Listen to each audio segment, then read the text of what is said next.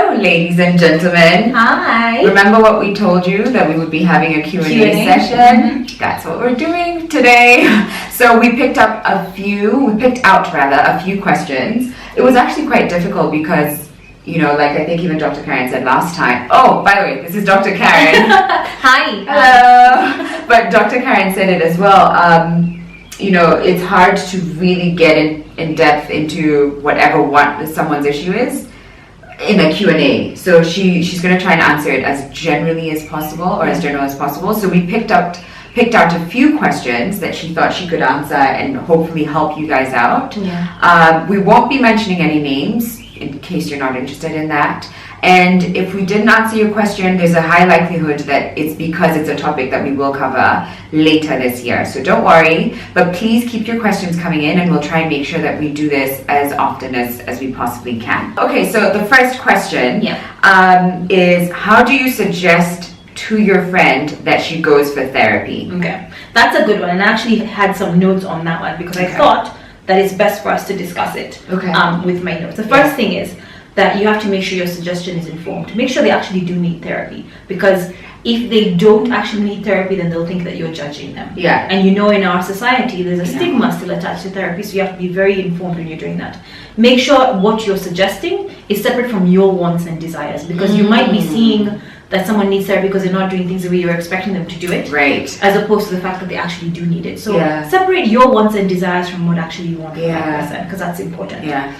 Another thing is, take the conversation with them very seriously. Some of us like to joke around when we're suggesting therapy because we're thinking it will make it easier to digest, but take it seriously. Make them realize that you're serious about it. Don't try and casually drop it, because then someone feels blindsided by it. And if you joke around with it, you might miss the mark and they think you're joking, and then you've lost your opportunity. Clarify that you're not going to abandon them because they're going for therapy. Some of the effects can be, you know, of this could be lower self-esteem than what you may have seen, or even paranoia. So just make sure they realize that you're not trying to substitute you listening to them with a therapist, because then they might think, does she or he want me to go to therapy because they think that I'm tired of, they're tired of listening to my stories. Is that what it is? Right, I hear you. So they might feel abandoned because they feel like you're pawning them off to someone else. Go deal. That's just, it's too much. I can't deal. I don't have time. So make them realize that therapy is an addition to the fact that you're still always going to be there. Respect their privacy or their privacy, depending on how you say it. Respect it.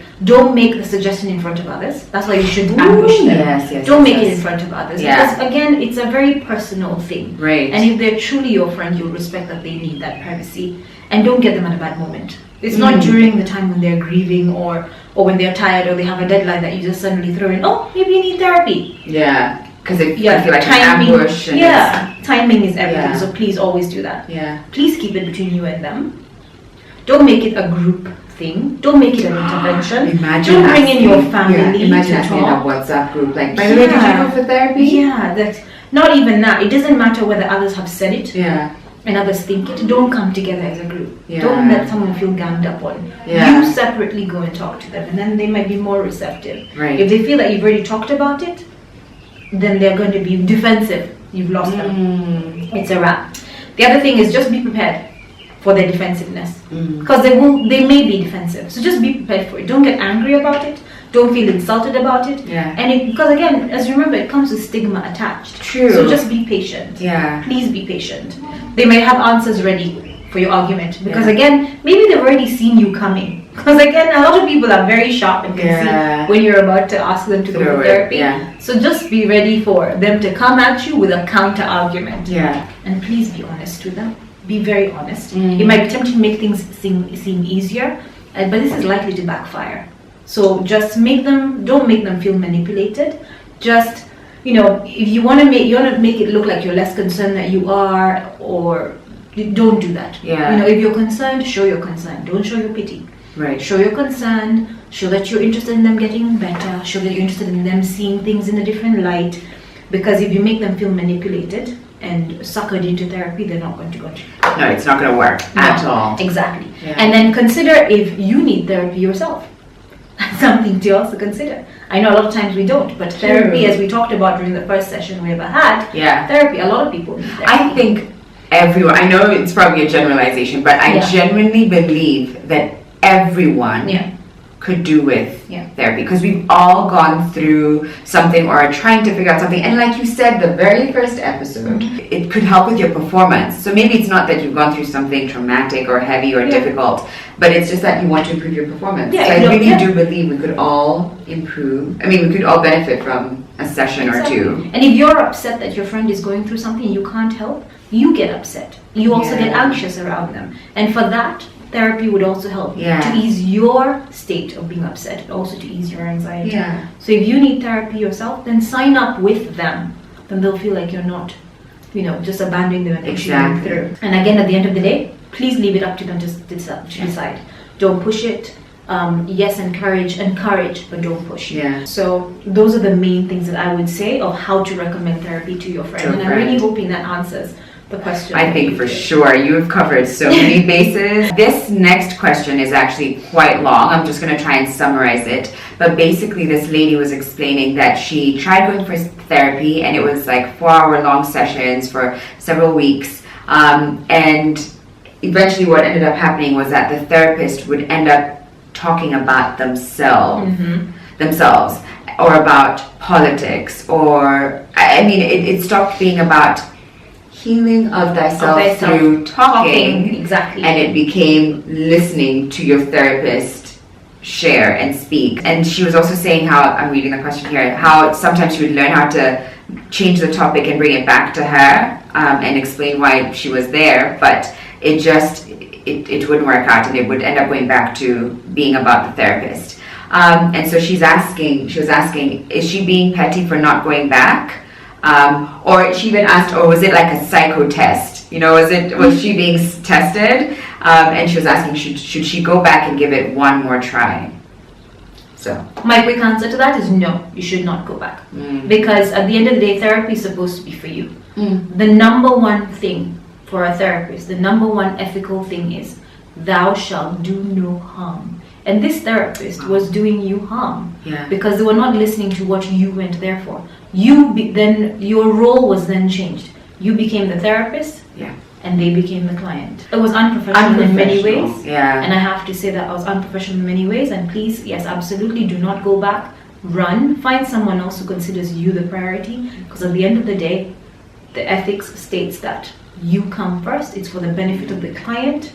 And our goal is to make sure that we don't cause malfeasance, and we don't cause any harm to you. So find another one, please do. Right. And ideally, one of the things also among our ethics, and of course this differs based on which continent you're working in, one of the things that we don't self-disclose during your session. It is your session. It's not for you to listen to me. It's not for me to equate your experiences to yours. It's not for me to add in my own quips and you to know about my family. Of course, this may change based on where you're practicing, and there are some things called boundary crossings that therapists may do once in a while, but completely taking over your session, no. Okay, so I've got another question here, and it asks, how do you deal with narcissistic people who ignore you after you've confronted them for something horrible that they've done to you?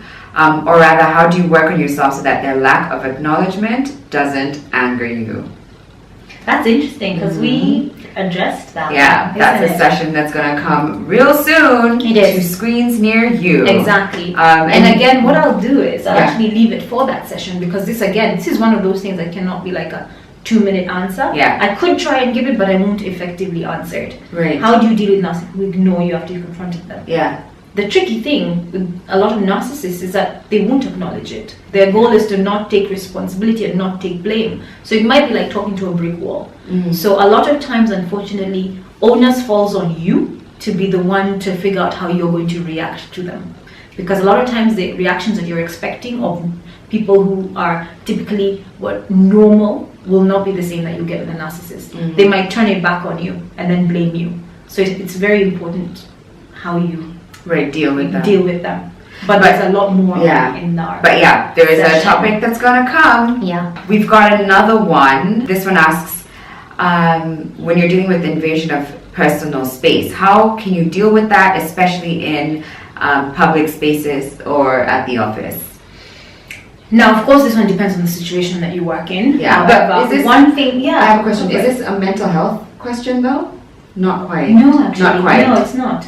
but maybe does it affect you in some way? Okay, yeah, it could actually. Well, I would say that you have to find different ways that work for you. Okay. One of the things that seems to work for me, because I have a personal space issue as well, is especially like in the bank or anywhere where you're in a public service area where people believe that you're together and you can actually feel the breath on your neck. And they're lining up right there, and you move forward and they're right with you. Right there. One thing I always do is, as Sharon knows, I always have a massive bag with me, and that's just a thing. I put my bag on one of my shoulders, and if you're right near me, I'll start swinging with my bag. And I'll keep swinging, and it'll hit you. And eventually you will end up moving back. And you can't tell me to stop swinging because you're in my space. Yeah. So that's a thing. Because I've realized that looking at people doesn't help. Doesn't always help. Yeah, because I've done that a couple of times too, where I'll literally I'll step in front and I feel them step, and so I'll turn very slowly, and then turn back, and then I'll move another step, and they'll move with you. No, and it's like, no, are you kidding me? Yeah. The bag thing for me, I found is like magic. Yeah. Well, now it might not be because I've revealed it, but it works. I know, but it works like magic because it'll swing, hit you, and then you'll realize I don't like being, hit by the bag. Yeah. Note it's not like a heavy bag or something sharp, so you're not. You're not abusing. But at the end of the day, for me, it works and it feels better that way because in my head I'm thinking, I'm earning my space. Yeah, and it's such an invasion of space. I hate it. I don't understand it. Okay, now we had a couple of other questions. Y'all seem to love Dr. Karen's makeup and accessories and jewelry. So one of the questions they ask is, what ring? Where'd you get your ring? Who made it? Give us details. I got this in a couple of years ago and I tried to find another one and haven't been able to, but you never know, you might be lucky. Yeah. Village Market, first floor or second floor, Adele de Jacques.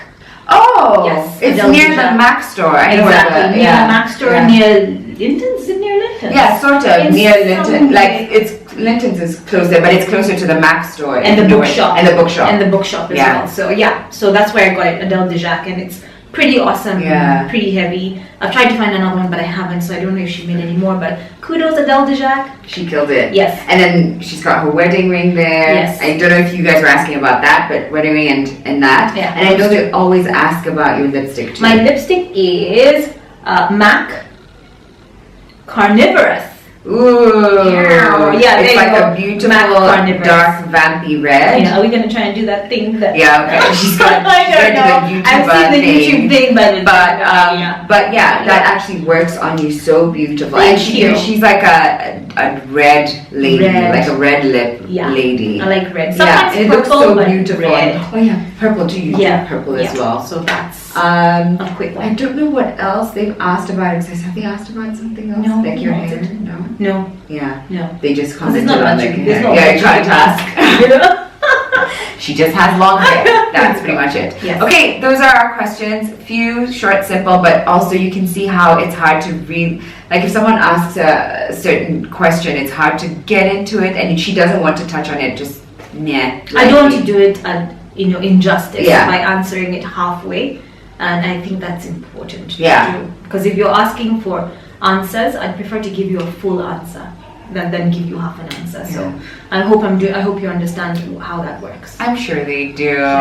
They're so lovely, and I also just want to say a big thank you. You guys have been so lovely. We obviously read all your comments, and you're always so encouraging, and we thank you for being a part of this journey. And we know that even when we took this on as something that we wanted to do on a monthly basis, it was like, I don't know, I think we love these conversations, but will it resonate with people? And it seems like it's struck a chord, and you guys love that we're having these conversations. So make sure you look out for our next topic. Spoiler alert, it's going to be around narcissism. You want to watch that? It is. So we answer that question that you asked. Exactly. And half the time I was just like